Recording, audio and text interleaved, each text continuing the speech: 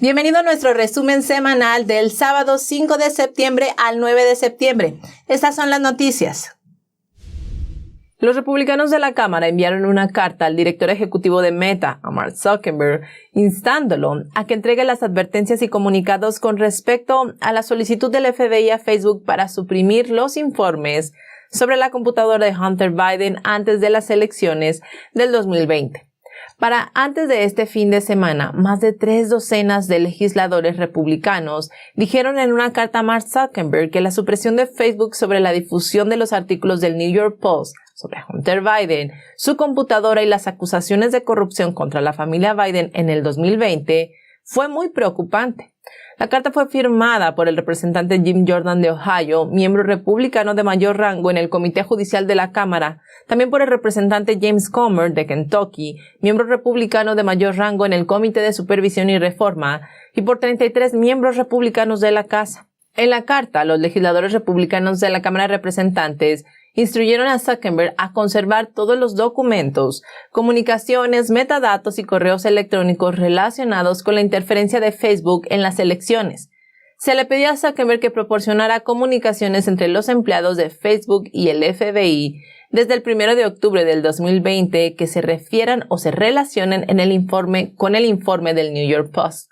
Anteriormente, los senadores Chuck Grassley, republicano por Iowa, y Ron Johnson, republicano por Wisconsin, también escribieron cartas en busca de registros de los contactos del FBI con Facebook, Twitter y otras compañías de redes sociales con respecto a la familia Biden, la computadora de Hunter Biden y los informes de desinformación rusa durante las elecciones.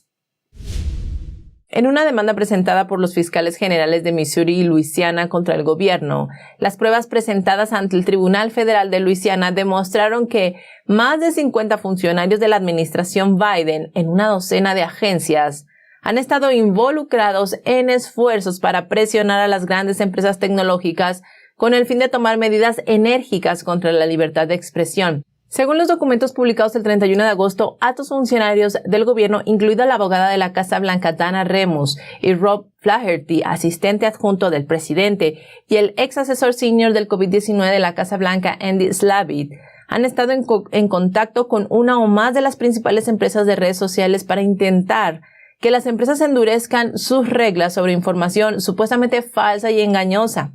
Temas como la computadora de Hunter Biden, la integridad de las elecciones del 2020, los orígenes y el escepticismo del COVID-19, el escepticismo sobre las vacunas, entre otros. Y además de endurecer sus reglas, también que tomen medidas contra los usuarios que violen dichas reglas. Estos documentos revelan algunos ejemplos específicos. Por ejemplo, en un texto de febrero del 2021, la directora de la Agencia de Seguridad de Infraestructura y Ciberseguridad de los Estados Unidos, Jen Easterly, le escribió a otro funcionario de la agencia diciéndole que estaban tratando de lograr que la Reserva Federal pueda trabajar con las plataformas para comprender mejor las tendencias, tanto erróneas como desfavorables, para que las agencias importantes puedan intentar desacreditarlas desde antes o desmentirlas como útiles.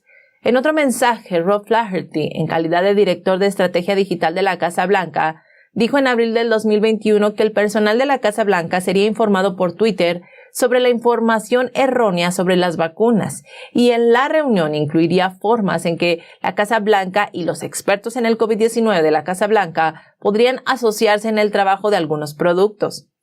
En julio del 2021, después de que Biden dijera que Facebook estaba matando gente al no combatir la desinformación de manera efectiva, el cirujano general Vivek Murthy dijo que Facebook no había hecho lo suficiente para combatir la desinformación. Un ejecutivo de Meta contactó a Murthy para comprender mejor el alcance de lo que esperaba la Casa Blanca sobre la desinformación en el futuro. Más tarde, el ejecutivo le escribió a Murthy para actualizarlo sobre las últimas medidas de Facebook para abordar la supuesta información errónea, diciendo lo siguiente: quería asegurarme de que viera los pasos que tomamos la semana pasada para ajustar las políticas sobre lo que estamos eliminando con respecto a la desinformación. Entonces, volviendo a la demanda, esta se presentó en mayo por el fiscal general de Missouri, Eric Schmidt, junto con el fiscal general de Luisiana, Jeff Landry, contra la administración Biden, incluido el propio Biden, también Anthony Fauci, también el Departamento de Seguridad Nacional y casi una docena de agencias federales y secretarios. En la demanda se alega sobre un esfuerzo coordinado masivo por parte de la actual administración para trabajar con las Big Tech, para censurar y manipular a los estadounidenses desde ciudadanos promedio hasta medios de comunicación. Además de que persuadieron al juez federal para que les concediera un descubrimiento limitado o poderes de investigación antes de que el tribunal decidiera la moción colectiva de los acusados del gobierno para desestimar este caso. Esto permite que el fiscal general Schmidt obligue al gobierno y a Facebook, Twitter y otras plataformas de redes sociales a entregar documentos y comunicaciones intercambiados entre el gobierno y las plataformas de redes sociales que discuten la censura. Las respuestas de las grandes empresas tecnológicas también confirmaron a más funcionarios involucrados en el esfuerzo. Meta ha revelado que al menos 32 funcionarios federales, incluidos altos funcionarios de la Casa Blanca y la Administración de Drogas y Alimentos, se comunicaron con Meta sobre la moderación de contenido.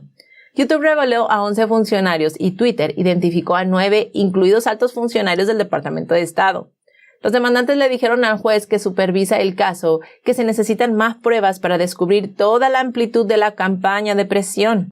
Jenny Jones, abogada de New Civil Liberty Alliance, que trabaja en este caso, dijo lo siguiente: si alguna vez hubo alguna duda de que el gobierno federal estaba detrás de la censura de los estadounidenses que se atrevieran a disentir de los mensajes oficiales del COVID, esa duda se ha borrado. El gobierno de los Estados Unidos está intentando retener muchas de las comunicaciones por correo electrónico que se dieron durante la pandemia del COVID-19 entre el Dr. Fauci y el CEO de Meta, Mark Zuckerberg.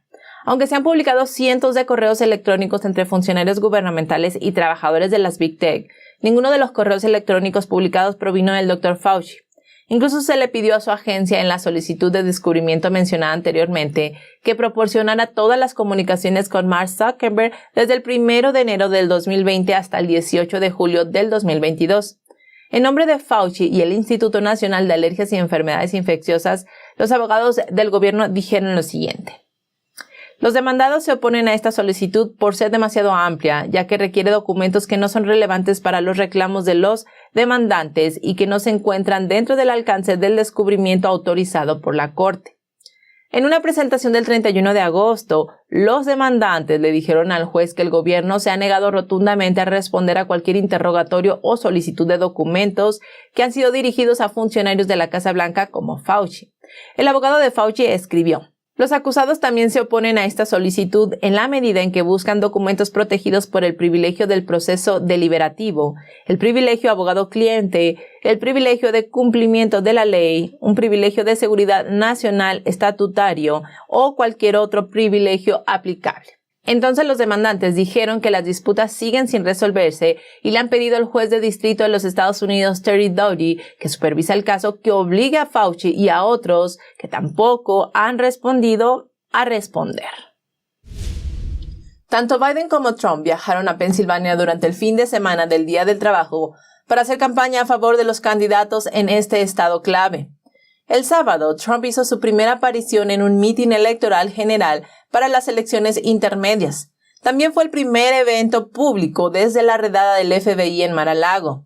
Trump le dijo a su audiencia lo siguiente: el FBI y el Departamento de Justicia se han convertido en monstruos viciosos, controlados por sinvergüenzas, abogados y medios de comunicación de la izquierda radical, que les dicen qué hacer y cuándo hacerlo. Están tratando de silenciarme y, lo que es más importante, están tratando de silenciarte a ti. Sin embargo, Trump aseguró que los conservadores no se quedarán callados. Eligió comenzar la campaña en Pensilvania porque el candidato republicano al Senado del estado, Mehmet Oz, y el candidato a gobernador, Doug Mastriano, están detrás de sus oponentes en las encuestas y en la recaudación de fondos. También porque Pensilvania es fundamental para su éxito este año, e incluso en futuras elecciones presidenciales. Durante el mitin de campaña en Wilkes-Barre, Pensilvania, Trump consideró que los resultados de las elecciones de medio término servirán como referéndum sobre la administración Biden. Dijo: sobre todo, esta elección es un referéndum sobre la corrupción y el extremismo de Joe Biden y el Partido Demócrata Radical. Trump dijo que una victoria histórica para los republicanos en noviembre allanaría el camino para encontrar soluciones a los problemas que actualmente aquejan al país. Enumeró algunos de los problemas más urgentes que deben abordarse en este momento y uno de ellos, que fue nombrado como una máxima prioridad, es poner fin a la pesadilla en nuestra frontera sur y detener la censura de izquierda, además de restaurar la libertad de expresión en Estados Unidos. También mencionó un retorno de la educación patriótica. Sobre esto dijo lo siguiente: restauraremos la educación en nuestras escuelas y enseñaremos a nuestros hijos a amar su país, honrar nuestra historia y respetar siempre nuestra gran bandera estadounidense. El evento del sábado con Trump se produjo casi de forma consecutiva con el controvertido discurso de Joe Biden en Filadelfia, en el que afirmó que la nación estaba bajo la amenaza de lo que llamó la ideología extrema MAGA. Joe Biden pronunció su discurso más crítico de la historia en el Salón de la Independencia en Filadelfia el jueves pasado y fue con mucho el discurso más criticado. Criticó al expresidente Trump y a los partidarios del MAGA como una amenaza a la democracia. La redacción del discurso y la puesta en escena, junto con los gestos de Biden, recordaron el jefe del Tercer Reich. Por su parte, Trump calificó el discurso de Biden como el discurso más vicioso, odioso y divisivo jamás pronunciado por un presidente estadounidense. Trump dijo lo siguiente: denigrar a 75 millones de ciudadanos, o si queremos ser más precisos, probablemente a otros 75 o 150 millones, como una amenaza a la democracia y enemigos del Estado, a decir verdad, él es el enemigo del Estado. Y después continuó diciendo: el enemigo del Estado es él y el grupo que lo controla. Por supuesto, Biden no escribió el discurso, simplemente leyó el guión. Y según Político, el historiador presidencial John Meacham fue uno de los arquitectos detrás de este discurso. Meacham ayudó a enmarcar el discurso que se desarrolló durante las últimas 3 semanas. Otra de sus declaraciones sorprendentes fue su afirmación de que los padres fundadores querían que ideas radicales como la teoría crítica de la raza y el proyecto 1619 se incorporaran al discurso político estadounidense. El contenido del discurso de Biden era demasiado político y aunque fue difundido en horario de máxima audiencia, cadenas como CBS, NBC, ABC, Fox News y otras estaciones de noticias no lo transmitieron en vivo. The Washington Post informó que aunque los funcionarios de la Casa Blanca enfatizaron de antemano que el discurso de Biden no trataría sobre una figura política específica o incluso de un partido político específico, las estaciones de noticias no parecieron creerlo. El discurso finalmente fue televisado por la CNN y por MSNBC, pero varios presentadores de la CNN criticaron abiertamente el contenido del discurso. Incluso el Washington Post publicó un comentario criticando el discurso de Biden como demasiado parcial y demasiado duro sobre los estadounidenses bien intencionados. Más comentarios dijeron que el discurso de Biden no unió al país. El Daily Mail señaló que tradicionalmente los presidentes de Estados Unidos rara vez dan un discurso en horario de máxima audiencia por televisión, excepto en casos de desastres nacionales. En tales casos, las principales estaciones de noticias de los Estados Unidos transmitirían el discurso del presidente para garantizar que todas las personas estén informadas. Pero en el pasado, hay ejemplos de estaciones de noticias que se saltaron discursos excesivamente políticos. Por ejemplo, en el 2014, NBC y CBS no transmitieron el discurso en horario estelar del expresidente Barack Obama sobre la reforma migratoria. Y bueno, ya para el viernes, Biden se había retractado de sus comentarios del día anterior y dijo que no consideraba que los partidarios de Trump fueran una amenaza para los Estados Unidos. Un poco tarde, ¿no creen? Si escuchen esto, la administración Biden reconsideró la posibilidad de reducir los aranceles a China, luego de que Beijing tomara represalias por la visita de la presidenta de la Cámara de Representantes, Nancy Pelosi, a Taiwán. Pero la Oficina del Representante Comercial de los Estados Unidos, la USTR, emitió su última decisión el viernes para extender el aumento de aranceles a China. El USTR declaró que la decisión se tomó después de recibir cientos de solicitudes de representantes de la industria nacional para mantener el aumento de aranceles en China y que la extensión estaría sujeta a un proceso de revisión. Si recordamos todos, el 6 de julio del 2018, Trump impuso por primera vez un arancel del 25% sobre las importaciones chinas por un valor de 34 mil millones de dólares debido a las prácticas comerciales desleales del Partido Comunista Chino, incluida la restricción del acceso al mercado chino para las empresas estadounidenses, además de las transferencias forzadas de tecnología, también por el robo de propiedad intelectual estadounidense y por la manipulación de divisas. Los aranceles impuestos a las importaciones chinas han recaudado más de 150 mil millones en los últimos 50 meses, según la Oficina de Aduanas y Protección Fronteriza de los Estados Unidos. Según la ley de los Estados Unidos, la tarifa vence automáticamente después de 4 años de imposición, a menos que la Oficina del Representante Comercial de los Estados Unidos reciba una solicitud del beneficiario para continuar con la tarifa. El USTR solicitó comentarios previamente en mayo y recibió cientos de solicitudes para retener las tarifas ya impuestas. Los aranceles han reducido en parte la demanda de productos chinos, haciéndolos más caros. El Partido Comunista Chino respondió imponiendo aranceles a los productos estadounidenses, lo que pareció deprimir las exportaciones entre Estados Unidos y China en el 2019. Pero las exportaciones se recuperaron en el 2020, aumentando otro 20% el año pasado. Además de esos aranceles que apuntan específicamente a China, Trump también impuso aranceles sobre paneles solares, lavadoras, acero y aluminio importados. Hasta la fecha, estas medidas también han generado más de 17 mil millones en ingresos. Hago esta breve pausa para invitarte a ser parte de esta comunidad. Al unirte a nuestro canal podrás obtener muy buenos beneficios, pero además podrás apoyar a nuestro proyecto de manera económica. La forma de hacerlo es súper sencilla, es cliqueando el botón de ahí abajo que dice Join o Unirse. O también puedes apoyar a nuestro proyecto dándole me gusta a la emisión de hoy o suscribiéndote al canal. Por tu apoyo, muchísimas gracias. Continuamos. El juez de distrito estadounidense Terry Doughty dictaminó que el Dr. Anthony Fauci, así como Karine Jean-Pierre, secretaria de prensa de la Casa Blanca, y otros altos funcionarios de la administración actual, tendrán que dar a conocer las comunicaciones que entablaron con las grandes empresas de tecnología. Le ordenó a la actual administración entregar los documentos lo antes posible, después de que los fiscales generales de Luisiana y Missouri los demandaran por la supuesta colusión con las Big Tech. Documentos publicados el 31 de agosto revelan que alrededor de 50 funcionarios gubernamentales de diferentes agencias estaban involucrados en toda la censura que se ejerció sobre los usuarios de estas plataformas. Estamos hablando de plataformas como Facebook o Twitter. Y bueno, tras la demanda, algunos funcionarios, entre ellos el Dr. Anthony Fauci, por supuesto, se negaron a contestar las preguntas planteadas por los demandantes. Y rápidamente pudimos ver cómo el gobierno actual no tardó en salir al rescate del doctor, alegando que no se le debería exigir que responda todas las preguntas o que proporcione registros en su calidad de director de los NIAID o como asesor médico principal de Biden. Pero afortunadamente el nuevo fallo del día de ayer, martes 6 de septiembre, sacó del estancamiento el caso y el juez Doughty ordenó que tanto Fauci como Jean-Pierre tienen que cumplir con los interrogatorios y solicitudes de registro. El juez asegura que la información solicitada es de gran relevancia para los reclamos de los demandantes.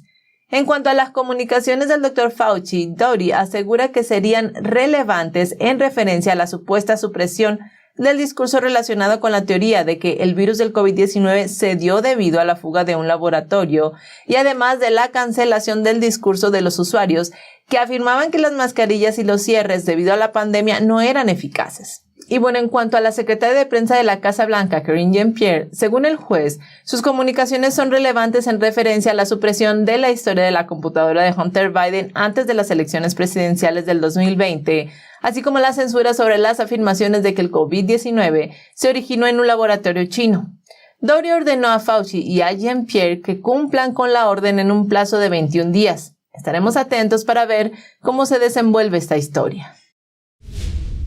La crisis en la frontera sur de los Estados Unidos sigue, y según el último informe del jefe de la patrulla fronteriza, Raúl Ortiz, dice que recientemente capturaron a 10 delincuentes sexuales, 4 pandilleros y un asesino, además de grandes cantidades de drogas mortales.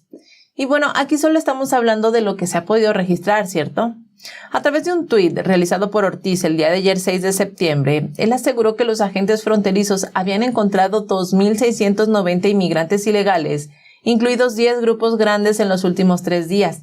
Fue en estos grupos donde se encontró a 10 agresores sexuales, a varios pandilleros y a un asesino, y entre estos mismos grupos también incautaron 100 pastillas de fentanilo y 71 libras de metanfetamina. Los agentes de aduana y protección fronteriza están a punto de alcanzar más de 2 millones de inmigrantes ilegales en este año fiscal, que va de octubre del año pasado a este septiembre. Y de estos casi 2 millones, los agentes de la patrulla fronteriza arrestaron a más de 9,000 extranjeros criminales convictos y más de 600 pandilleros, además de confiscar alrededor de 500,000 libras de drogas. Y bueno, el problema también es que las ciudades de la frontera son las que se han visto más afectadas con esa crisis migratoria. Pero de igual manera, el gobernador de Texas, Greg Abbott, ha estado trabajando arduamente para darle a los estados que apoyan la inmigración ilegal una cucharada de su propio chocolate al enviar una buena cantidad de inmigrantes ilegales a estos estados, a estas ciudades santuario como se les conoce, tales como Washington, Nueva York y Chicago. Ortiz, como muchos de nosotros que también lo hemos señalado, atribuyó la crisis en la frontera sur de los Estados Unidos a la política de inmigración sin consecuencias de la actual administración. Es que la crisis migratoria no es solo crisis de inmigrantes ilegales. Algo que también es muy preocupante es la monstruosa cantidad de drogas que están cruzando a través de esa frontera. Informes del 3 de septiembre muestran cómo agentes del United States Customs and Border Protection, CBP por sus siglas en inglés, incautaron alrededor de 47,000 pastillas de fentanilo de colores del arco iris y 186,000 pastillas de fentanilo de color azul, más 6.5 libras de metanfetamina encontradas en un compartimiento oculto de un vehículo en Port of Nogales, en Arizona. Y como sabemos, el fentanilo es un opioide sintético y una sustancia controlada de la lista 2, que es 100 veces más potente que la morfina y 50 veces más potente que la heroína.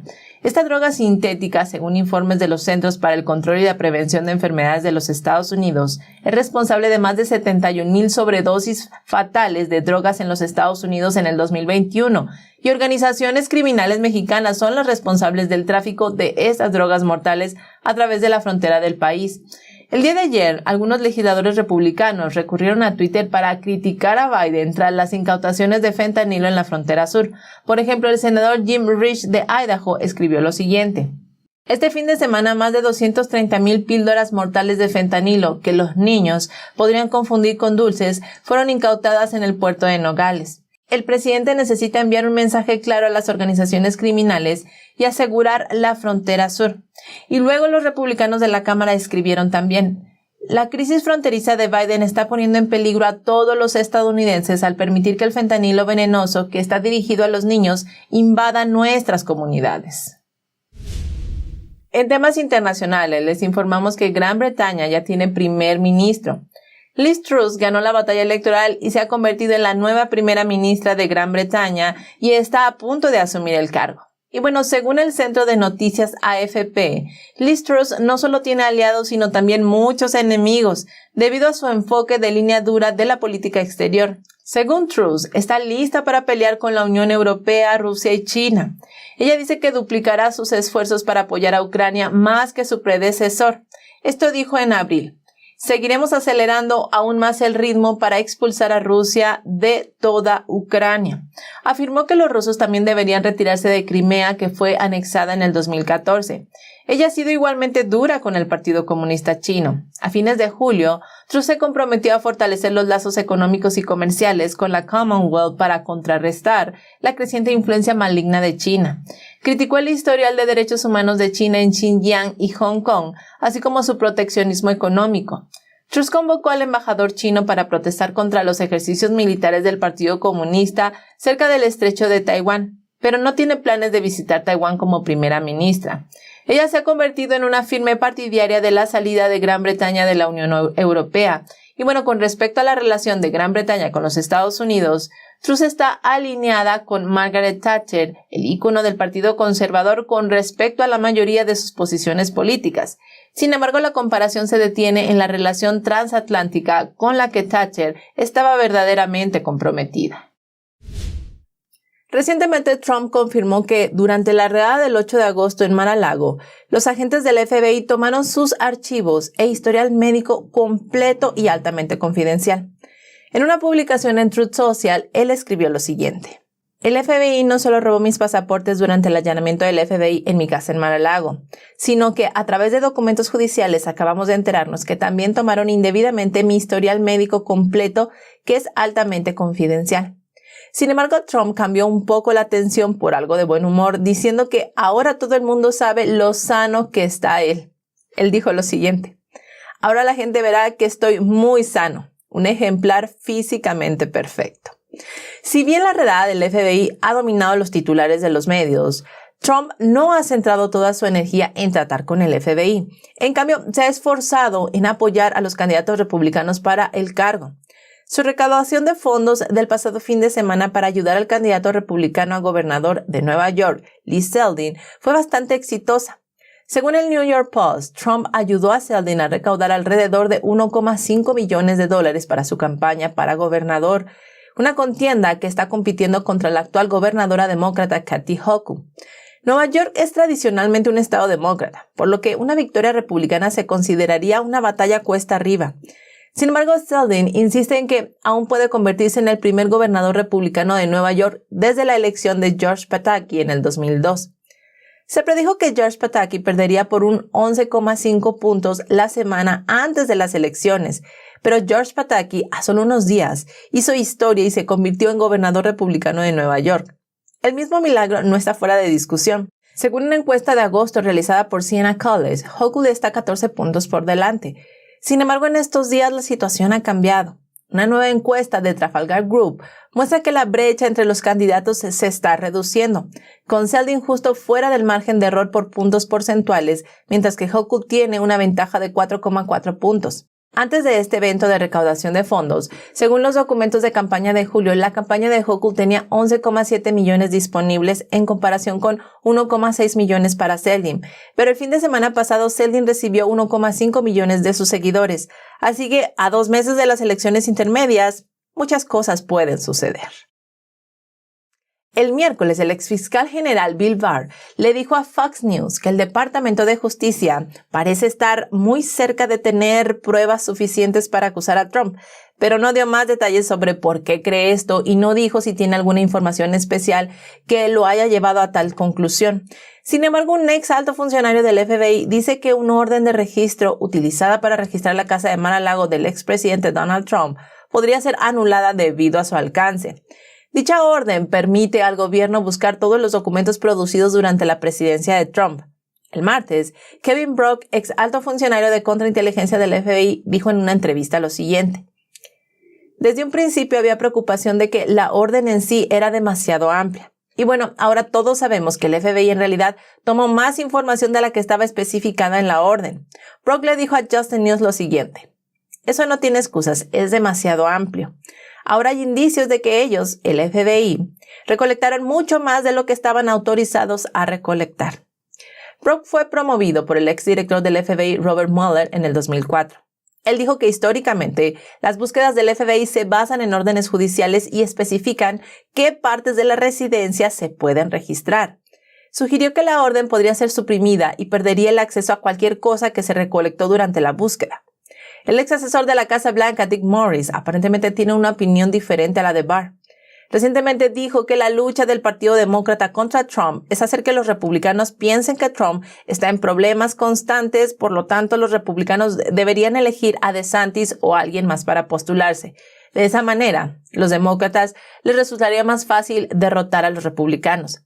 Advirtió a los conservadores que no caigan en la trampa de decir que los archivos nacionales son una biblioteca y que en el peor de los casos, Trump solo tiene libros vencidos que no han sido devueltos. Él dijo que no, él dijo que esos libros son de Trump.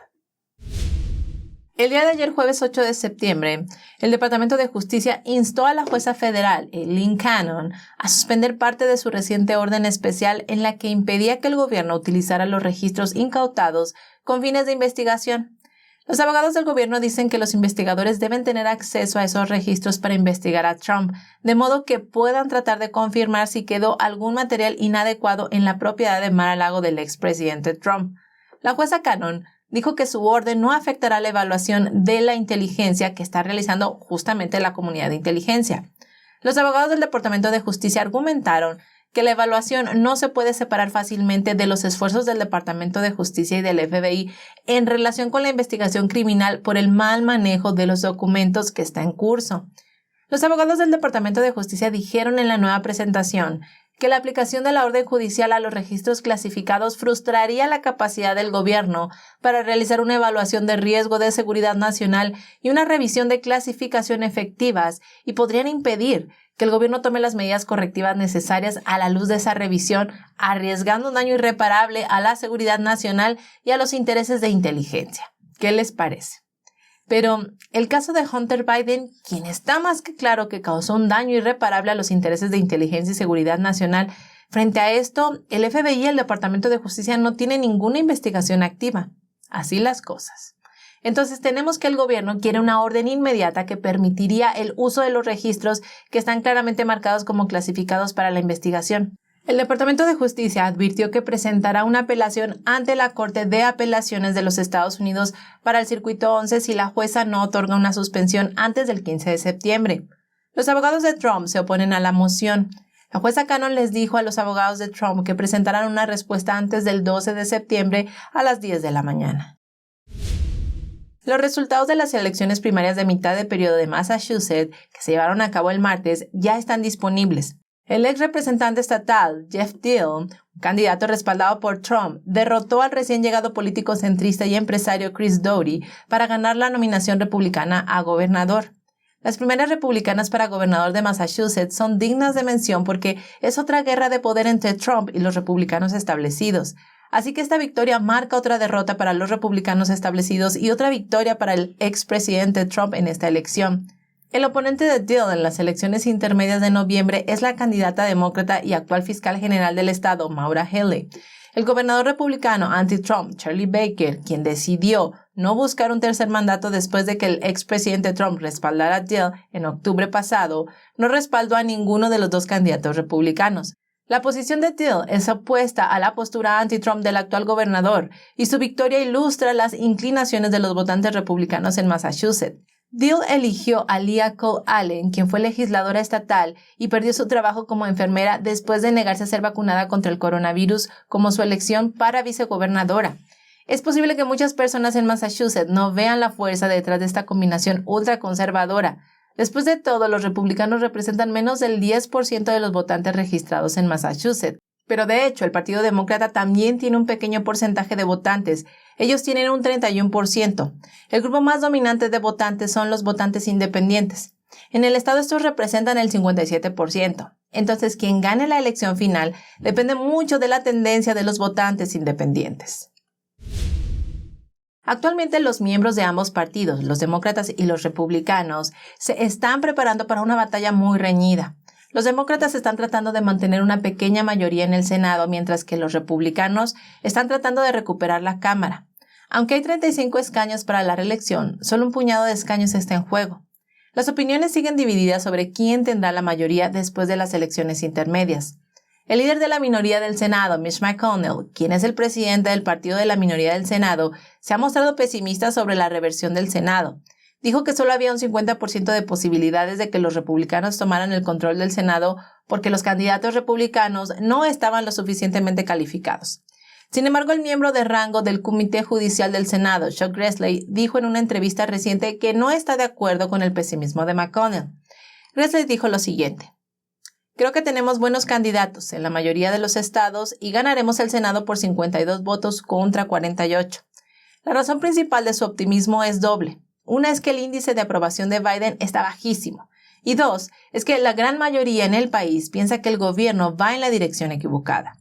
La estrategia actual en ambos lados es encontrar la mayor parte de su atención y dinero en algunos estados clave del campo de batalla, incluidos Pensilvania, Carolina del Norte, Georgia y Wisconsin, así como Arizona, Ohio y Nevada". Gracias por llegar al final de la emisión de hoy. Muchísimas gracias por tu apoyo. Te recuerdo que puedes sumarte a nuestra sala de chat en Telegram, seguirnos por YouMaker o escucharnos en nuestro podcast. Los links, como de costumbre, los encontrarás en la cajita de descripción a la par del link de donaciones. Por tu tiempo, por tu atención, por tu apoyo, muchísimas gracias. Nos vemos el lunes. Recuerda, sigamos en búsqueda de la verdad.